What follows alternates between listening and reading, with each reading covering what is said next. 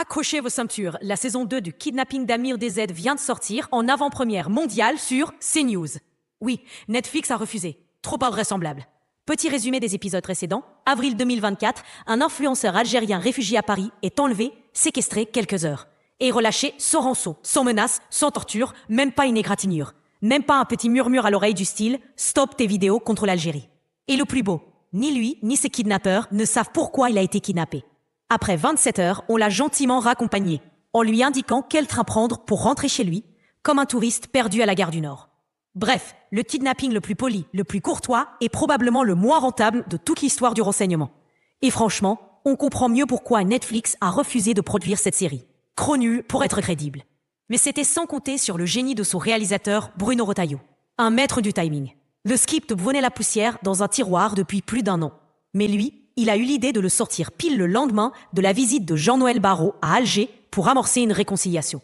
Résultat, tous les plateaux en parlaient et Amir DZ devenait le Michael Scofield des talk-shows français. Un véritable coup de maître de la part de Bruno Retailleau. Et là, il nous refait exactement le même coup. Au lendemain de l'humiliation infligée par l'Algérie, qui a décidé de faire payer le loyer de l'ambassade de France à Alger, bim, Retailleau balance la saison 2. Timing parfait. Publicité gratuite. Et cerise sur le couscous, cette fois, le casting inclut carrément un diplomate algérien accusé d'avoir participé à l'enlèvement. Tout commence quand la France décide « Fini les visas diplomatiques pour les Algériens ».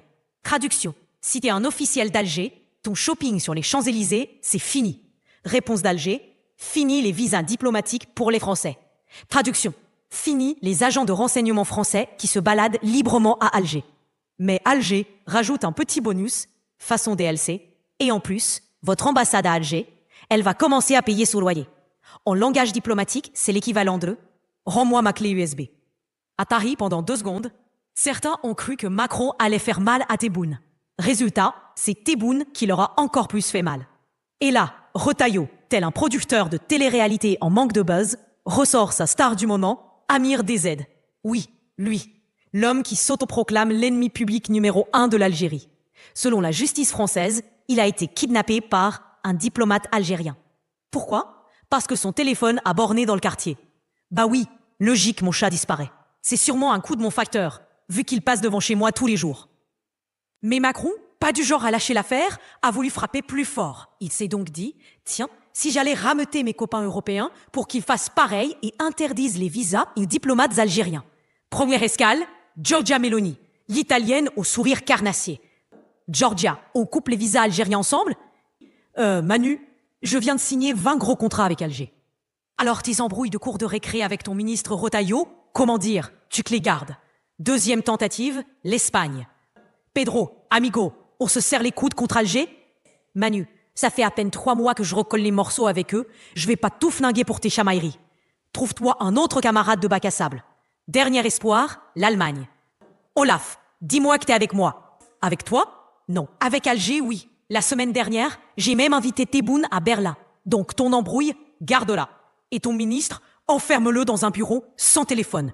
C'est là que Macron a enfin réalisé que son ministre de l'Intérieur venait de l'embarquer, lui et la France, dans une galère diplomatique XXL avec 0 bouée de sauvetage.